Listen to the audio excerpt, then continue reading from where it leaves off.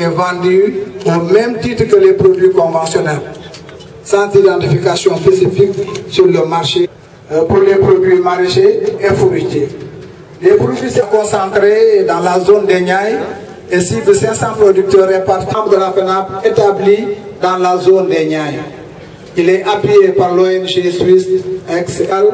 qui vise à atteindre l'autosuffisance alimentaire, aussi bien du point de vue identification que prix. 2017-2020 qui promeut xamante ji ñooy kilifa yi nga xamante ni ñoo ŋàngu suñu nguur daale ko ci maire de Thiès conseil départemental DRDR ba ci ministère de l'agriculture ak woy xarale yi nga xamante ni ñoom ñoo ànd di liggéey kenn ku ne ci ñoom nuyoo bi doore na fa mu war a doore ñu àggale ko ci fa mu gën a kawe. ci biir loolu it ñi nga xamante ni tey ginnaaw yàlla bu suñu taxawaay jekkee ñoom ci lañu mooy suñu partenaires yi au développement muy waa HEX ñoom tamit jiital na leen wala boole neen ci cant ak nuyoo bi nga xamante ni tey génne nañ ko fii. fàttewu na ñi nga xamante ñoo jàkkaarloo ñun tey jii fu suñu kàddu ak ñoo ñu fa yóbbu muy waa presse bi communication suñu cant ak suñu ngërëm fu ngeen ko àpp rek romb nañ ko foofu ñu ngi leen sant ñu ngi leen di gërëm. ci biir loolu it lu leen di yëgal ni tey bokk na bés bu màgg a màgg ci daje yi nga xamante ni FENAP bu ngi koy daje benn comme ni ñu waxee ubbite foire a ngi ci waaye nag ci wàllu SPG nga xamante ni ci la ñuy sukkandiku ba ni béykat bi li mu bay sell na loolu bokk na tey ci li ñu war a fësal ci jotaay bi nga xamante ni tey teew nañu fi mais it dañ naa tudd damay tudd jiw war nañu waxtaan ci wàllu jiw ndax jiwu doon na loo xamante ni bànqaasu mbay la ala kulli alin mënoo wax suuf wax ndox te tuddoo jiw woon ko war a booleel. kon ci biir loolu képp koo xam ne yaa def la tey nga teew fii ñu ngi lay sant ñu ngi lay gërëm di la masawu coono yi ndax xam na ni nit ñi fi ñu jógee sore na te ruqi na waaye nag mel na ni aussi xam nañu seen bopp moo leen tax a jël seen bopp la ñuy jëfal ba tubaarkàlla macha allah la ñu séntu woon ci mbooloo sax jot nañ daañu am lu ko ëpp. xëy na ci kàddu yu gàtt yooyu rek mën naa wax lu ko ëpp lool waaye comme que temps bi dafa xat ngeen jéggal ma rek ngeen xamante ni daal xottante doore nañu fa ba fa mu yem ñu ngi leen di masawu ñu ngi leen di ñaan yàlla nañu fi nekkee jàmm ak salaam tàggali ko fekk jàmm ak salaam jërëjëf. Partenaires, notamment des ONG locales comme la FENAP à travers des projets, pour la plupart des projets triennaux. Nous sommes le partenaire financier et technique. Pour parler de ce projet présent, le projet SPG, je pense que c'est un projet qui vient à point nommé, dans la mesure où depuis plus de 20 ans, les organisations de producteurs, les producteurs basés dans différentes zones du Sénégal, et notamment la zone des Niayes, ont pris l'option vraiment de travailler autour d'une agriculture saine et durable, sans utilisation de pesticides, sans utilisation de produits de synthèse, une agriculture qui épouse la nature. Fort de cette expérience, il a été noté des manquements ou bien un manque à gagner assez conséquent, notamment dans la commercialisation de ces produits, pour la plupart inconnus du public, pour la plupart non reconnus par les structures spécialisées. C'est ce qui a motivé la FENAP de mettre en place un projet de système participatif de garantie pour assurer la traçabilité des produits, assurer l'identité des produits et labelliser un peu ce qui a été fait jusqu'ici, c'est-à-dire des produits biologiques. C'est pourquoi, à travers ce projet, il était fixé dans un premier temps de labelliser au moins 500 producteurs répartis au niveau de la zone des Niayes. Comme le président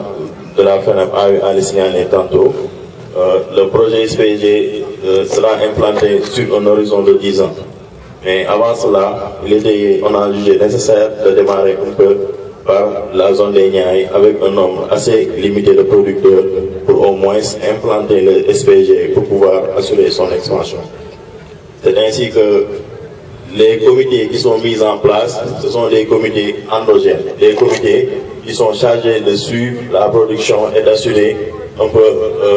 la traçabilité. C'est des comités composés par les producteurs eux-mêmes, les consommateurs, les organisations d'appui à la FENAP et d'autres organisations qui sont optées pour ce faire. Je pense qu'on ne peut pas avoir des comités beaucoup plus aptes pour cela. C'est pourquoi la FENAP aussi fait face à certains défis, parce que pour que le SPG puisse vraiment prospérer, puisse vraiment profiter aux populations, il est nécessaire que l'ensemble des organisations qui s'appuient au niveau, qui appuient les producteurs dans l'agriculture saine et durable, que ces organisations-là puissent se retrouver dans un seul cadre pour permettre aux producteurs de vraiment faire profiter de son produit à l'ensemble des consommateurs. Puisque tous les efforts qu'on a eu à faire, tous les efforts qu'on a fait jusqu'ici, s'il n'y a pas une commercialisation assez importante, assez conséquente, je pense que les efforts que les producteurs fournissent au jour le jour, les efforts-là ne seront pas récompensés. Donc il est nécessaire aujourd'hui que l'ensemble de ces organisations qui appuient stratégiquement et techniquement les producteurs puissent se retrouver autour de l'agriculture biologique pour enfin pouvoir avoir un label identique pour tout le monde. C'est un idéal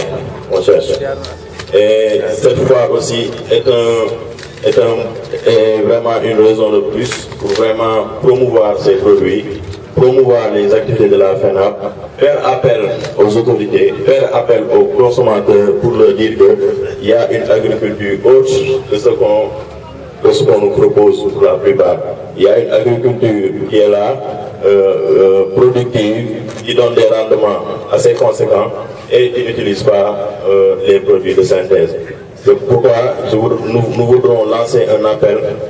auprès de l'État, auprès des services techniques, pour vraiment renforcer l'appui pour l'agriculture biologique. Un appui en termes d'intrants biologiques, un appui stratégique et l'implication un peu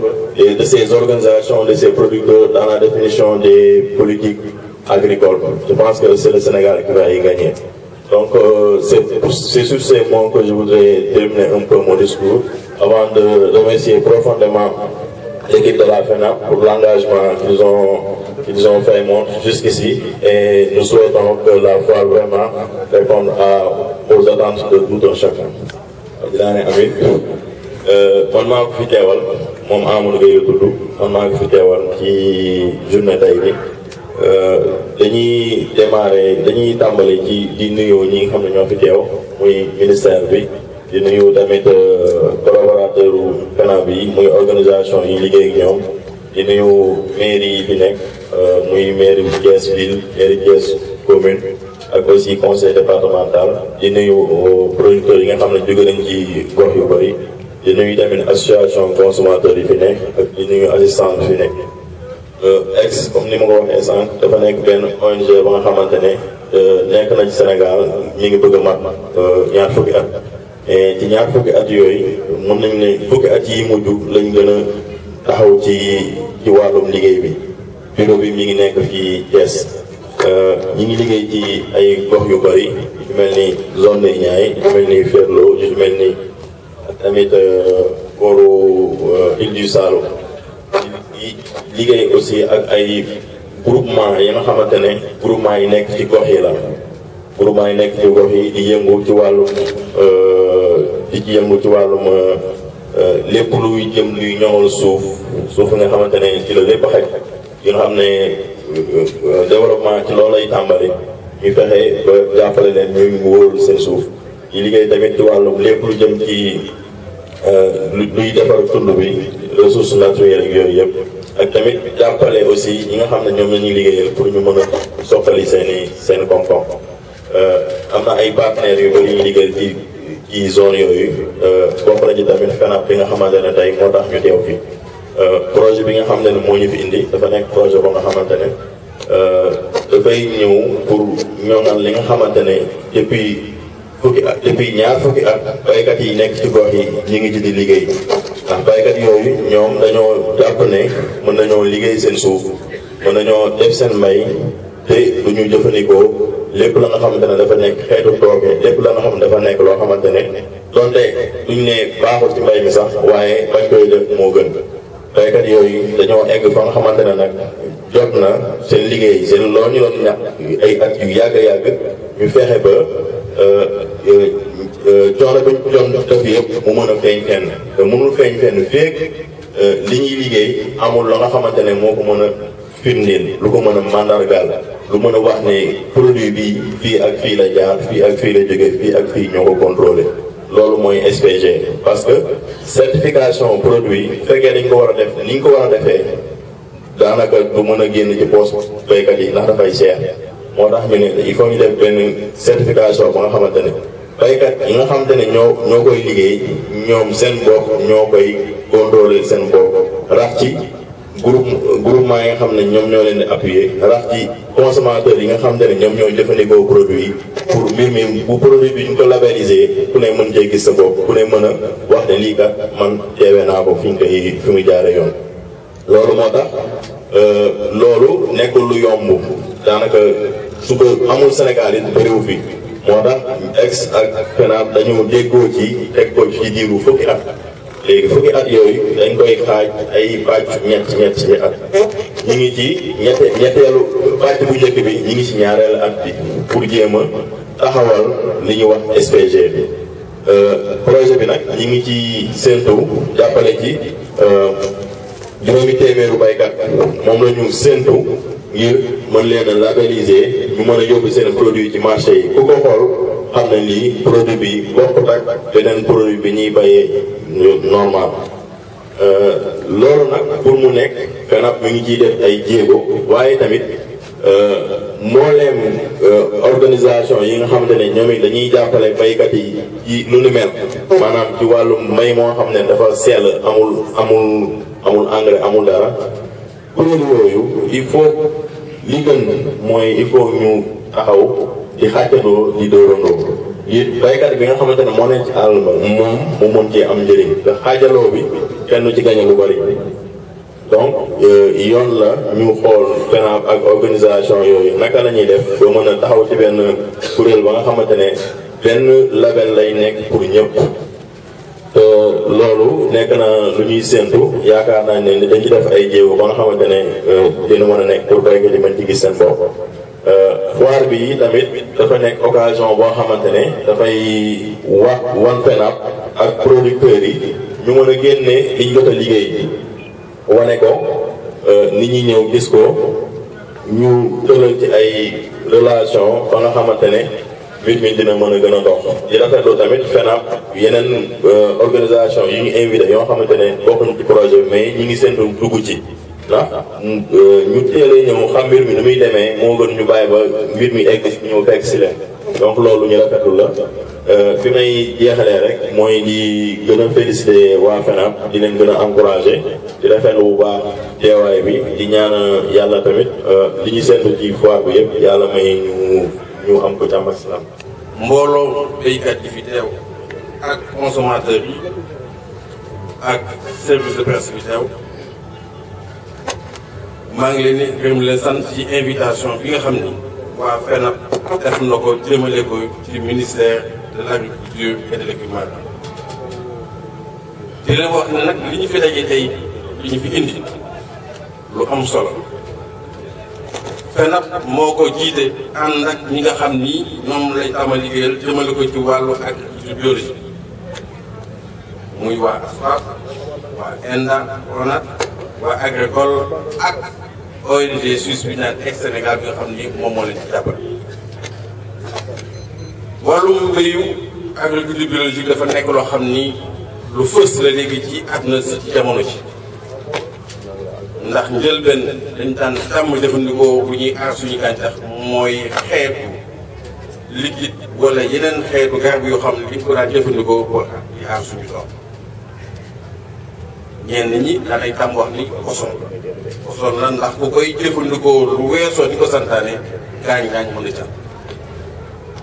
bu dee wàllu spécialiste yi nga xam ñoo ci liggéey dañ ko tuddee produit agropharmaceutique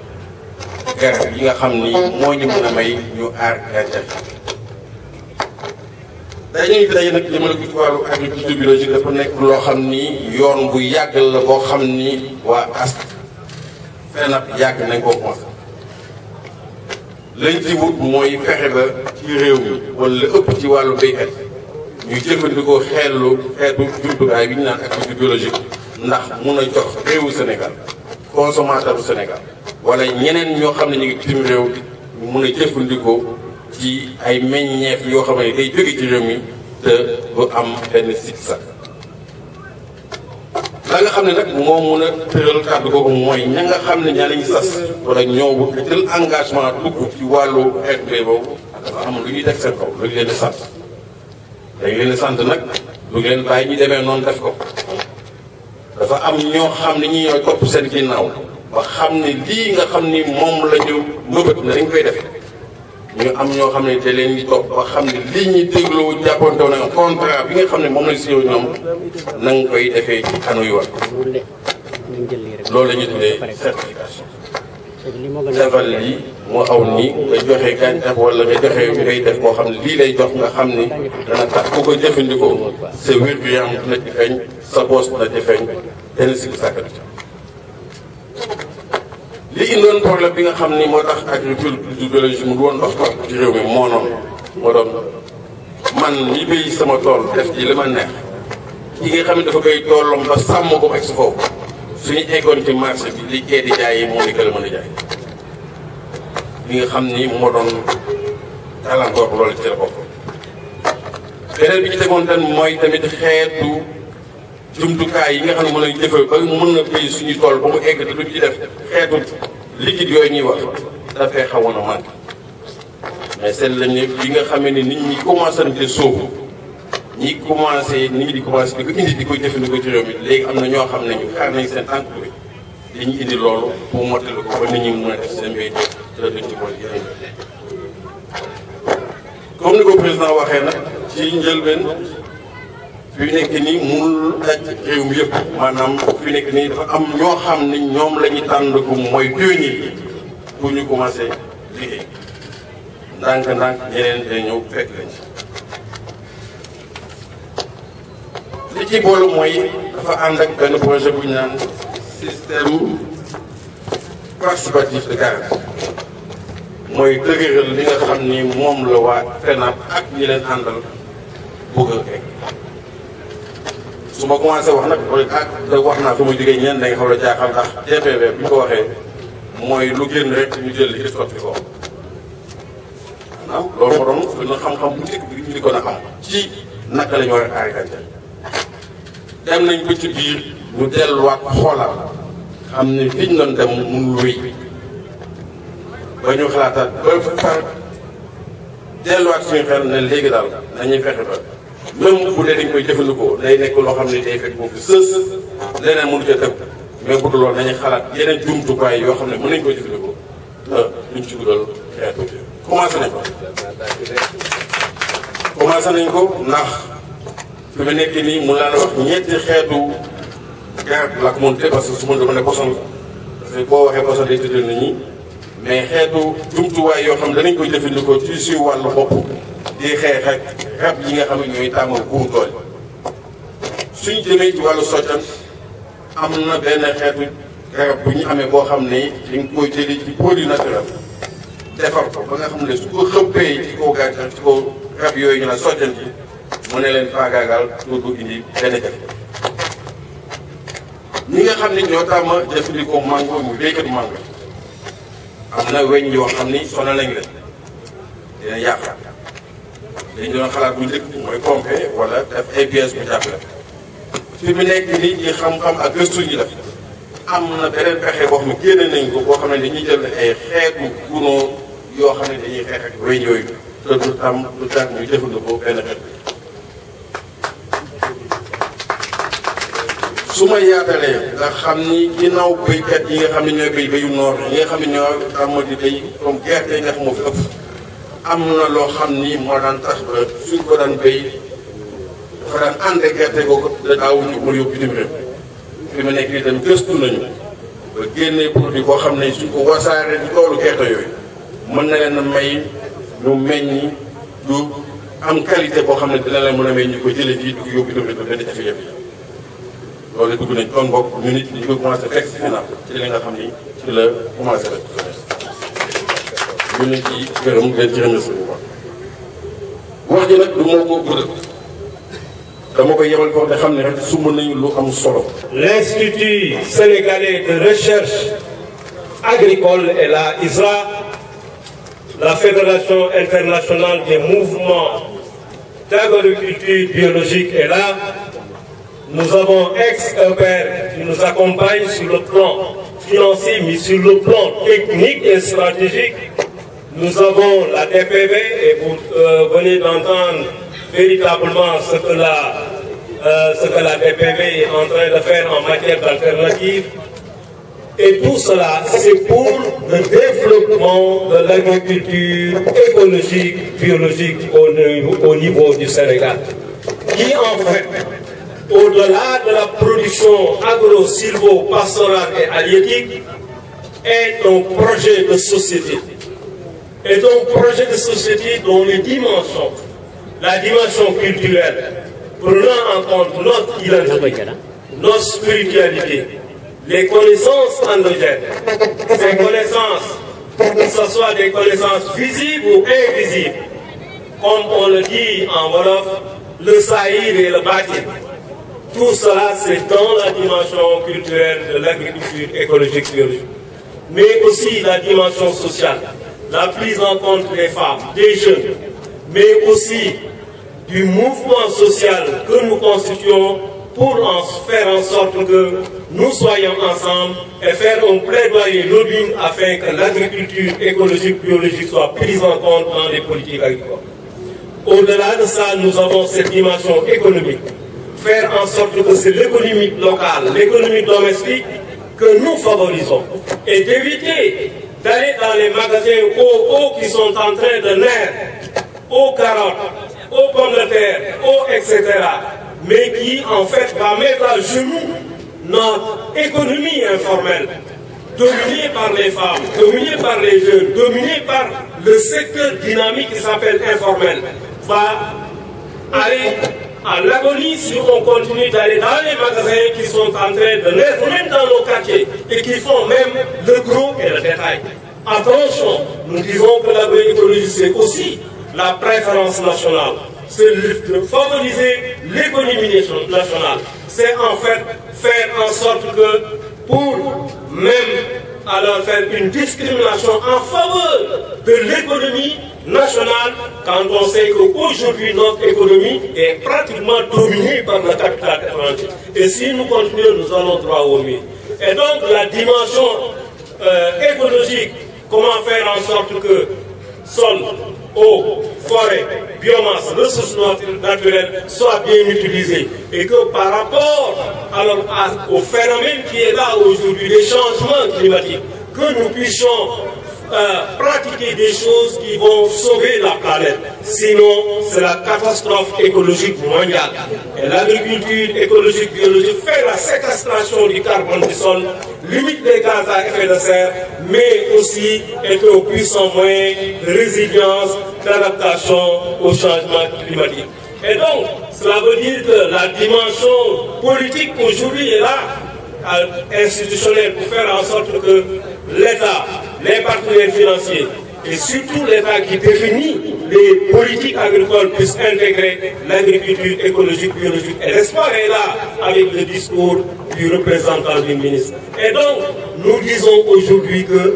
l'agriculture écologique, biologique, c'est l'avenir, c'est l'agriculture du futur, c'est l'agriculture propre. Et c'est la véritable alternative par rapport à l'agriculture conventionnelle qui a fini de détruire notre population d'abeilles, notre population d'oiseaux, notre population de crapauds. Simplement dire qu'il a fini alors de réduire sensiblement notre potentiel de biodiversité animale et végétale. loolu moo tax ba ñun li nga xamante ne ñooy def dañu war a am jeexatalu yëkkati ko doomu aadama ko sax dàkk loola nga xamante ne moom la ñuy ut waaye nag dañoo bëgg itam suñuy ñoñ ñi nga xam ne ñooy liggéey rawatina ci wàllu koom-koom ñu jàppale koom-koom boobu ba tey ñi nga xamante ne ñi ngi jógee bitim réew li ci ëpp ñëw indi fii dañuy dem sax ba nga xam ne ci suñ koñ yi boo seetee ña ngi koy taxawal ay boutique yoo xamante ne lépp la ñuy jaay lu mag ak la nga xamante ne moom la ñuy wax détail commerce détail ba nga xam ne ëllëg suñ jaaykat yi suñ bitig yi danañ bootuñu rëbbeelu ñi nga xamante ne ñooy jigéen ñiy jàng nga xamante ne ñi leen tuddee secteur informel soo watu ñu faagaagal leen waaye ñu nag dañoo war a fexe ba nga xamante ne li ñu moom li ñu am li sénégalais bi di def ñu suuxat ko dimbale ko jàppale ko mu jëm ci kanam mooy le consommer local le produit local et le produit biologique c'est un produit local kon nag jërëjëf